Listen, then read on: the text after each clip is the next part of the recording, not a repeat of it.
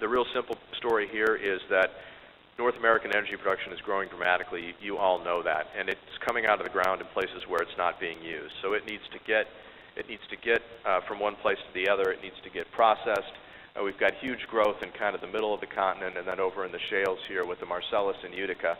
And all of our assets are really being deployed to try to make sure that we get that stuff gathered, processed, transported, and stored, and delivered to the customers as they need it.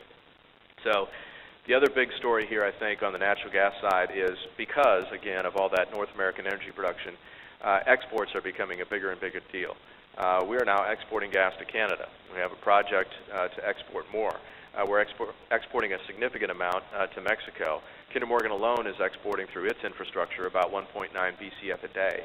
That's most of the gas that's going to Mexico at this point, and that's expected to grow dramatically over time.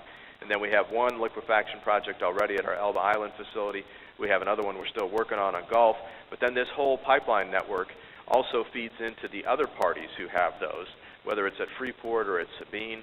The infrastructure that we have around those areas is being called upon to help deliver the gas to those. So there are a lot of follow-on opportunities from that as well.